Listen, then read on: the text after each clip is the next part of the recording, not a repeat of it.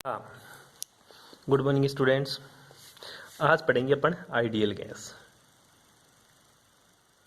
ठीक है, हिंदी में क्या बोलेगा इसको? आदर्श गैस। क्या बोलेगा रे तू? आदर्श गैस। क्या होती है तेरी आइडियल गैस? आदर्श गैस। ठीक है, पहले डेफिनेशन आप लोगों को मैंने बता दिया था। ठीक है, जो गैसेस नियम को पालना करती है। ठीक है, ऐसी गैस जो गैसेस नियम की पालना करती है। अब गैस के नियम अपन ने पढ़ ही लिए। कितने पढ़े गैस के नियम? अपने मोटा मोटी 3 तो गैस के नियम पढ़े, बॉयल्स का नियम, चार्ल्स का नियम और अवोगाद्रोज लॉ। ठीक है, तो ये 3 नियम को ही अपन गैस के नियम बोलते हैं। मोटी बात तो यही है।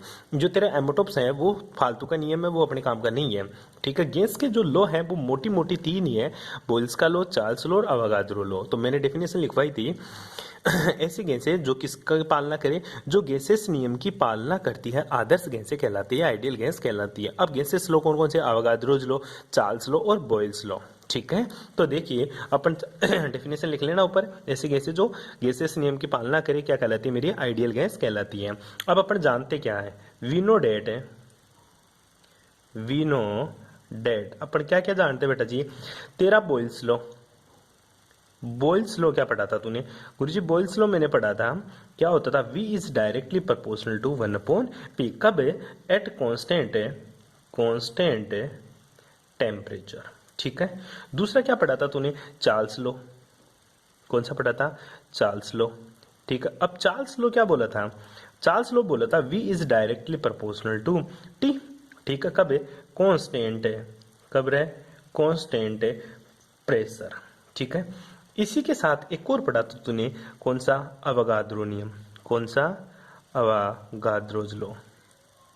ठीक है, जो अवोगाद्रोज लॉ था वो क्या बोलता था? V is directly proportional to small n। कब? नियत है, कांस्टेंट है। कांस्टेंट को क्या लिखेगा हिंदी में? नियत टेम्परेचर और प्रेशर। ठीक है, 3 नियम था, पहला, दूसरा और तीसरा। ठीक है, यही तेरे क्या है? गैस के नियम। ठीक है, अब इनको क्या करते हैं अपन? जोड़ते हैं। अवोगाद्रो नियम, चार्ल्स का नियम और बॉयल्स के नियम के योग द्वारा आदर्श गैस समीकरण का निर्माण होता है।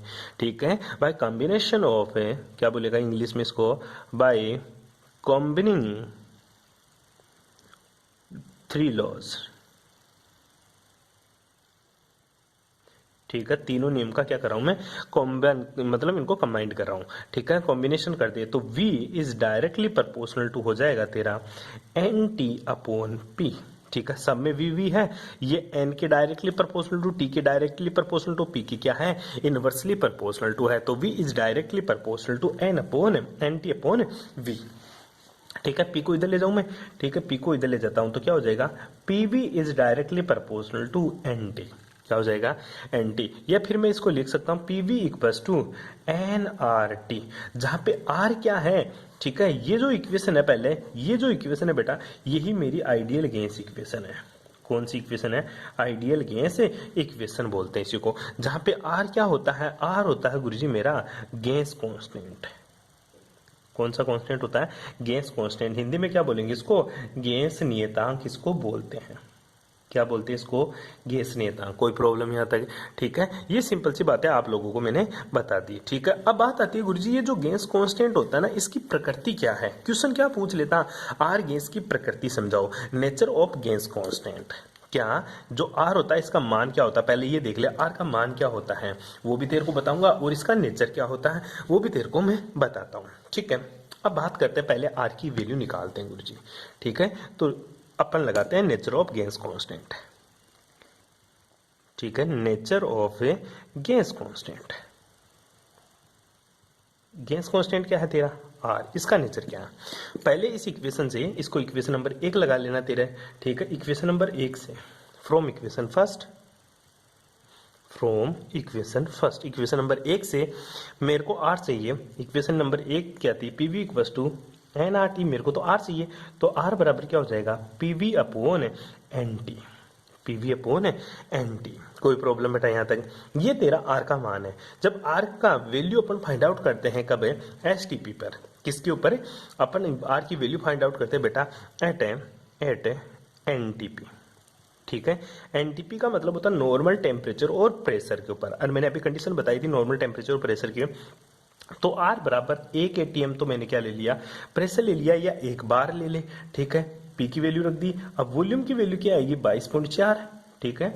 तो 22.414 इसका क्या आ गया वॉल्यूम, जिसका आंसर होता है डेसीमीटर क्यूब, ठीक है। लीटर को डेसीमीटर क्यूब बोलते हैं, ठीक है। मोल कितना ले लिया मैंने, 1 मोल, ठीक है। और टेम्परेचर कितना लिया, 273 केल्विन, 273 पॉइंट कुछ केल्विन, 15 केल्विन, ठीक है। जब इसकी कैलकुलेशन करते हैं तो बेटा अपने पास जो आंसर आता है वो ऊपर तो एटीएम और मीटर डेसीमीटर क्यूब है, ठीक है। एटीएम और डेसीमीटर क्यूब, नीचे क्या है, kelvin mole inverse, kelvin inverse mole inverse. तो इसकी जो यूनिट हो जाएगी 0.08206 है, ठीक है। डेसीमीटर क्यूब, पहला तो decimetre cube ATM, decimetre cube ATM divided by mole into kelvin, ठीक है। इसको ऐसा भी लिख सकते हैं अपन, या फिर इसको तू लिख क्या सकता है, इसको लिख सकता है गुरुजी 0.08206 डेसीमीटर क्यूब को क्या लिख सकता है तू, लीटर। डेसीमीटर क्यूब को क्या लिख सकता है तो लीटर, क्या लिख सकता है बेटा, इसको लीटर भी लिख सकता है, ठीक है। तो इसको क्या लिख सकता हूं, लीटर एटीएम, लीटर एटीएम, ठीक है। मोल को ऊपर लेके जाऊंगा तो किस में बदलेगा, मोल इनवर्स और केल्विन इनवर्स में, किस मेरे बेटा, केल्विन इनवर्स में। ये इसका नॉर्मल टेम्परेचर और प्रेशर के ऊपर इसकी यूनिट आ जाती है। अब जो आर की एसआई यूनिट होती है वो क्या होती है वो देखते हैं अपन, ठीक है बेटा। एसआई यूनिट, कौन सी यूनिट है, एसआई यूनिट किसकी, आर की। तो एक एटीएम, ऐसा यूनिट में एक एटीएम का मान कितना होता है, 1.01325 इंटू 10⁵ न्यूटन पर मीटर स्क्वायर होता है बेटा, ठीक है। एक एटीएम का मान होता है 1.01325 इंटू 10⁵ न्यूटन मीटर स्क्वायर होता है। अब दोबारा से आर की वैल्यू फिर से फाइंड आउट कर लेते हैं। आर इक्वल टू एक एटीएम की जगह वैल्यू क्या पुट करेगा, 1.01325 इंटू 10⁵ न्यूटन पर मीटर स्क्वायर, न्यूटन पर मीटर स्क्वायर किसका, एटीएम की जगह वैल्यू पुट कर दिया। वॉल्यूम की जगह वही 22 पॉइंट क्या लिखिएगा, 22.414, वही इसका आंसर क्या है, मीटर क्यूब है। क्यों, ऐसा ये डेसीमीटर क्यूब किस में था, ये सीजीएस में था, ऐसा यूनिट में डेसीमीटर क्यूब किस में बदल जाता है बेटा, मीटर क्यूब में बदल जाता है, ठीक है। अब डिवाइडेड करेंगे, गुणा में था, डिवाइड करेंगे, वही तेरा 1 मोल, ठीक है, वही तेरा मोल और वही तेरा वॉल्यूम 273.15 केल्विन, ठीक है बेटा जी। आई बात समझ में, ऐसे अपन आर की यूनिट निकालते हैं जी। अब इसकी कैलकुलेशन करते हैं, कैलकुलेशन करके इसकी वैल्यू मैं यहाँ ऊपर पुट कर रहा हूँ, ठीक है। इस यहाँ पे क्योंकि पेज बदलूंगा तो तेरे समझ में नहीं आएगा फिर से, ठीक है। तो यहाँ पे वैल्यू पुट करता हूँ मैं, इसको आगे यहाँ लेके जाता हूँ, ठीक है। तो अब आर की जो मान आएगा, आर का जो मान आएगा, आर का मान आ जाएगा बेटा, इसको जब कैलकुलेट करेगा सभी चीज को तो कितना मान आएगा इसका गुरुजी, 8.314। अब देखना ये मीटर स्क्वायर इस मीटर क्यूब से कट जाएगा, कैसे कटेगा गुरुजी, देखिएगा ये नीचे है मीटर स्क्वायर, ठीक है। जब यूनिट चेक कर ले एक बार के लिए, कैसे लिखेगा, न्यूटन, अब मीटर बटा मीटर स्क्वायर नीचे आ गया, गुणा ऊपर क्या है मीटर क्यूब, ये ले मीटर क्यूब। अब नीचे क्या है उल्टा, मोल और केल्विन, क्या है बेटा, मोल और केल्विन, ठीक है। अब काटते इसको, ये गुरुजी मीटर स्क्वायर से तो मेरा मीटर क्यूब कट गया, केवल मीटर बच गया ऊपर, ठीक है। क्या बच गया बेटा जी ऊपर, केवल मीटर बच गया, और मोल नीचे है, केल्विन भी क्या है नीचे। तो आर का जो मान कितना आता है बेटा, 8.314 न्यूटन मीटर पर मोल केल्विन, मोल डॉट केल्विन। या फिर आर को मैं लिख सकता हूं, और क्या लिख सकता हूं, आर बराबर में लिख सकता हूं गुरुजी 8.314 न्यूटन मीटर, क्या रहे, न्यूटन मीटर मोल इनवर्स है, और तेरा केल्विन इनवर्स भी तू इसको लिख सकता है, क्या लिख सकता है, मोल इनवर्स और केल्विन इनवर्स भी तू लिख सकता है। अब जो तेरा न्यूटन मीटर होता है बेटा, ये होता है जूल के बराबर, किसके बराबर होता है, जूल के बराबर। तो जे बराबर जूल बराबर किसके होता है, न्यूटन डॉट मीटर के बराबर होता है, किसके बराबर होता है, न्यूटन डॉट मीटर के बराबर होता है। तो आर का मान कितना आ जाएगा, तो आर का मान आ जाएगा गुरुजी 8.314 जूल पर मोल, जूल पर मोल डॉट केल्विन, ठीक है। या फिर ऊपर ले जाए इसको, joule mole inverse kelvin inverse का मान आ जाएगा बेटा, कर लेगा यहाँ तक, ठीक है। सिंपल सी बात है, ये आर की वैल्यू आती है तेरी, क्या आती है, आर की वैल्यू आ जाती है, कोई दिक्कत यहाँ तक है। ठीक है जी, बस ऐसा का ऐसा आपको आर की वैल्यू फाइंड आउट करनी है। ठीक है, अब आर की यूनिट भी पता चल गई तेरे को, ठीक है, आर की वैल्यू भी तेरे को पता चल गई, ठीक है, सारी चीज तेरे को पता चल गई। अब आर की जो वैल्यू आई है वो क्या आई है, ठीक है, यूनिट क्या आई, जूल पर मोल केल्विन, जूल पर मोल केल्विन। ठीक है, कोई प्रॉब्लम यहाँ तक? या फिर आर की यूनिट डिफाइन करने के लिए तू और कर सकता है कि मैं गुरुजी आर की यूनिट कैसे निकालूंगा, वो यहाँ से तू निकाल सकता है। क्या आया था लास्ट में अपना,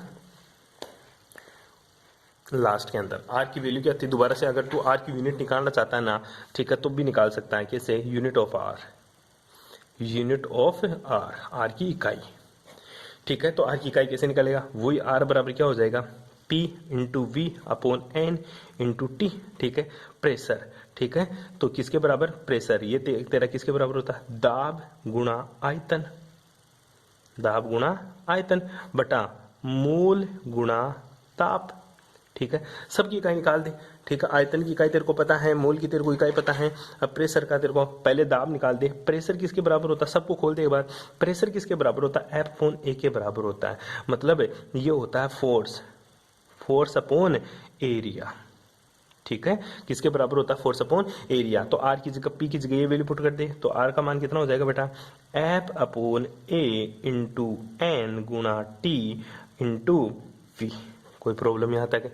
ठीक है, अरे कोई दिक्कत? अब तेरे को पता है एरिया, एरिया मतलब क्षेत्रफल, एरिया मतलब क्षेत्रफल, और क्षेत्रफल किसके बराबर होता है, मीटर स्क्वायर के। और वॉल्यूम, वी क्या है, वॉल्यूम, वॉल्यूम मतलब बेटा आयतन, और आयतन किसके बराबर होता है, मीटर क्यूब के। किसके बराबर होता है, मीटर क्यूब के। और तेरे को फोर्स की यूनिट पता होनी चाहिए। ठीक है, जो मेरा फोर्स होता है, ठीक है, एफ है, एफ क्या होता है, दाब, बल। ठीक है, बल का मात्रा क्या होता है, न्यूटन, बल का मात्रा क्या होता है, न्यूटन। यूनिट ऑफ फोर्स क्या होता है, न्यूटन, न्यूटन को एन से दिखाते हैं। ठीक है जी, और एक एन क्या होता है, एन है गुरुजी मेरे मोल, एन क्या है, मोल। और मोल कितना ले लिया तूने, और मोल की यूनिट क्या होती है बेटा, केवल मोल ही होती है। क्या होती है रे, मोल ही होती है। ठीक है, सबकी वैल्यू पुट कर दे और आर की यूनिट निकाल सकते हैं अपन। कैसे, सबकी वैल्यू पुट करूं तो आर की यूनिट कैसे आएगी गुरुजी, आर बराबर हो जाएगा मेरा, फोर्स की यूनिट क्या है, न्यूटन। ठीक है, वी की यूनिट क्या है, मीटर क्यूब। ठीक है, अपॉन एरिया की मीटर स्क्वायर, और मोल की मोल, और टेम्परेचर की केल्विन। ठीक है, तो वही आ गया, मीटर से मीटर क्यूब कट गया, क्या बच गया, केवल मीटर। तो आर की जो यूनिट क्या आ जाती है, newton metre dot mole inverse dot kelvin inverse. ये किसकी इकाई है सर, आर की यूनिट है। किसकी यूनिट है बेटा, आर की यूनिट है। कोई प्रॉब्लम यहाँ तक है, कर सकता है, ये यूनिट ऑफ आर भी तू आसानी से फाइंड आउट कर सकता है। कोई प्रॉब्लम जी? छोटी छोटी बातें बताई मैंने तेरे को, बिल्कुल छोटी छोटी सी बातें बताई थी। ठीक है, अब मैं तेरे को एक चीज पढ़ाने जा रहा हूं, ग्राम डिफ्यूजन लॉ। कौन सा, ग्राम डिफ्यूजन लॉ। क्या होता है तेरा ग्राम डिफ्यूजन लॉ, ठीक है, ग्राम का विसरण नियम। हिंदी में क्या बोलेंगे इसको, ग्राम का विसरण नियम। ग्राम का विसरण का नियम, ग्राम का विसरण नियम। ठीक है, जिस तरह से तेरे सारे लॉ पढ़े अपन ने, उसी तरह ये तेरा ग्राम डिफ्यूजन लॉ भी है। ठीक है, बिल्कुल इंटरेस्टिंग है, कोई खास नहीं है, छोटा सा है ग्राम डिफ्यूजन लॉ। ठीक है, तू कर सकता है इसको। क्या होता है, पहली बात तो डिफ्यूजन मतलब विसरण क्या होता है, गैस का अधिक दाब से लो दाब की ओर, गैस के अधिक दाब से कम दाब की ओर गैस का प्रवाह क्या कहलाता है बेटा, विसरण कहलाता है। ठीक है, तो हाई प्रेशर से, ठीक है, हाईली प्रेशर से लो प्रेशर की ओर, लो प्रेशर की ओर गैस का विसरित होना, यानी हाई प्रेशर से लो प्रेशर की ओर गैस का फ्लो होना क्या कहलाता है मेरा, डिफ्यूजन कहलाता है। क्या कहलाता है बेटा मेरा, डिफ्यूजन कहलाता है। इसको बोलते हैं ग्राम का डिफ्यूजन लॉ। ठीक है, उच्च दाब से निम्न दाब की ओर गैस का प्रवाह होना क्या कहलाता है, डिफ्यूजन। और एक छोटे से होल से, ठीक है, एक छोटे से होल से हाई प्रेशर से, हाई प्रेशर से लो प्रेशर की ओर गैस का निकलना क्या कहलाता है बेटा, निस्सरण कहलाता है। क्या कहलाता है, निस्सरण कहलाता है। क्या कहलाता है, निस्सरण कहलाता है। इस इफ्यूजन कहलाता है। क्या कहलाता है तेरा, इफ्यूजन। ठीक है, ध्यान दे, हाई प्रेशर से लो प्रेशर की ओर गैस का जाना डिफ्यूजन, और गैस का हाई प्रेशर से लो प्रेशर की ओर एक छोटे से होल के द्वारा गुजरना या फ्लो होना क्या कहलाता है मेरा, इफ्यूजन कहलाता है, निस्सरण कहलाता है। कोई प्रॉब्लम रहे यहाँ तक? अब देख, ग्राम का डिफ्यूजन लॉ किस चीज के कारण होता है? ग्राम का प्रवाह गैस की विसरण गतियों के कारण होता है, कि जो निकलने की दर होती है इसके कारण गैस का क्या होता है? प्रवाह होता है। और गैस के विसरण की गतियां, ठीक है, ठीक है, rate of diffusion, rate of diffusion, ठीक है, मतलब गैस के विसरण की दर, गैस के विसरण की दर किसके बराबर होती है बेटा? गैस के विसरण की दर किसके? घनत्व के, ठीक है, घनत्व क्या होता है? डेंसिटी। क्या होता है घनत्व? डेंसिटी के वर्गमूल के, डेंसिटी के वर्गमूल के व्युत्क्रमानुपाती होती है। किसके? गैस के विसरण की दर घनत्व के वर्गमूल के व्युत्क्रमानुपाती होती है। The rate of diffusion of a gas is inversely proportional to the root mean of a density, means R A is directly proportional to 1/√d। 1/√d बोलूंगा तो डायरेक्टली प्रोपोर्शनल टू, और मैं बोलूं रेट ऑफ डिफ्यूजन, ठीक है, तो are, ठीक है, ये किसके बराबर हो जाएगा? रेट ऑफ डिफ्यूजन है आर डी, ठीक है, rate of diffusion is inversely proportional to root D, जहां पे डी क्या है? डी मेरी डेंसिटी है। क्या है? डी मेरी डेंसिटी है। डेंसिटी का मान किसके बराबर होता है बेटा? मास अपॉन वॉल्यूम, ठीक है, किसके बराबर होता है ऊपर वाला? मास अपॉन वॉल्यूम, ठीक है, द्रव्यमान बटा आयतन क्या कहलाता है मेरा? घनत्व कहलाता है, ठीक है। तो डी की वैल्यू पुट करूं, डी बराबर क्या होता है मेरा? एम अपॉन वी, तो वैल्यू पुट करूंगा तो रेट ऑफ डिफ्यूजन क्या आ जाएगा बेटा? रेट ऑफ डिफ्यूजन हो जाएगा गुरुजी 1/√, में एम अपॉन वी, ठीक है। ये इसको लिख सकता हूं √v अपॉन एम में इसको लिख सकता हूं। रेट ऑफ डिफ्यूजन एक वस्तु क्या हो सकता है? 1/√m upon V, means √v upon M, ठीक है। अब दो अलग अलग गैसों के लिए, ठीक है, 4 2 डिफरेंट गैसेस, ठीक है, रेट ऑफ डिफ्यूजन निकालेंगे फॉर 2 डिफरेंट गैसेस, ठीक है, दोनों के लिए विसरण की दर निकालते हैं अपन, ठीक है। तो पहला मैं निकालता हूं रेट ऑफ डिफ्यूजन, ठीक है, फर्स्ट बराबर लिख सकता हूं √ में m1 अपॉन, ठीक है, m अपॉन वी था बेटा जी, सॉरी v1, ठीक है, या तो लिख सकता है रेट ऑफ डिफ्यूजन rd, ठीक है, या पहली गैस के लिए ले ले r1 के लिए, तो मैं लिख सकता हूं 1/√d1, ठीक है। इसको मैं क्या लिख सकता हूं? रूट में m अपॉन वी, ठीक है, तो m नीचे रह जाएगा, v ऊपर चला जाएगा, v1 अपॉन m1, ठीक है। इसी प्रकार R82 के लिए निकालूं दूसरी गैस के लिए, तो 1/√d2, ठीक है, d2 v2 अपॉन वो सॉरी m2 अपॉन v2, तो m2 कहाँ रह जाएगा? नीचे, और v2 कहाँ रह जाएगा? ऊपर, ठीक है। इस तरह से मैं आंसर निकाल सकता हूं, कोई प्रॉब्लम रहे, ठीक है। अगर दोनों का मैं डिवाइड करता हूं, दोनों गैस का क्या करता हूं मैं? डिवाइड करता हूं, तो क्या हो जाएगा देखना, RA1 डिवाइडेड बाई RA2 किसके बराबर हो जाएगा? इन दोनों का डिवाइड करेंगे तो किसके बराबर हो जाएगा? √ में क्या हो जाएगा गुरुजी? d2 अपॉन d1, या इसके बराबर लिखूं तो क्या लिख दूंगा? m2 m1 ऊपर चला जाएगा, ठीक है, ये तो चीजें ऊपर रह जाएगी। a1 की बात करूं तो किसके बराबर हो जाएगा? √ v1 अपॉन m1, तो ऊपर तो v1, नीचे क्या हो जाएगा? m1। और इसका a2 की बात करूं तो नीचे क्या रह जाएगा तेरा? m2। ऐसा अगर v की बात करूं ना तो v1, इसका v1 और इसका क्या रह जाएगा? v2, ठीक है, v1 अपॉन v2 ऐसे कर ले, या फिर बराबर हो सकता है √ में m2 अपॉन m1, ठीक है। ये मेरा ग्राम डिवीजन लॉ था, ठीक है। खत्म हो जाती है यहाँ पे, बाकी की बातें करेंगे अपन वही तेरी नेक्स्ट क्लास में। Thanks for cooperation.